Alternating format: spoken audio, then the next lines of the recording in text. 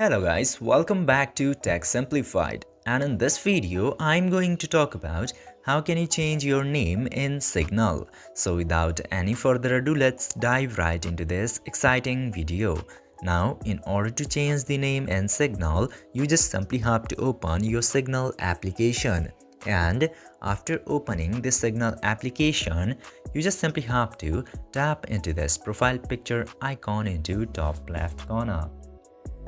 After tapping into there, you will get this section where you just simply have to tap into your profile picture, and then you will get your account name. Now just simply tap to your account name and you can easily erase it and set a new name. I previously set my name as content creator. I just simply want to set just creator for now, and then tap to save button and your name will successfully be changed.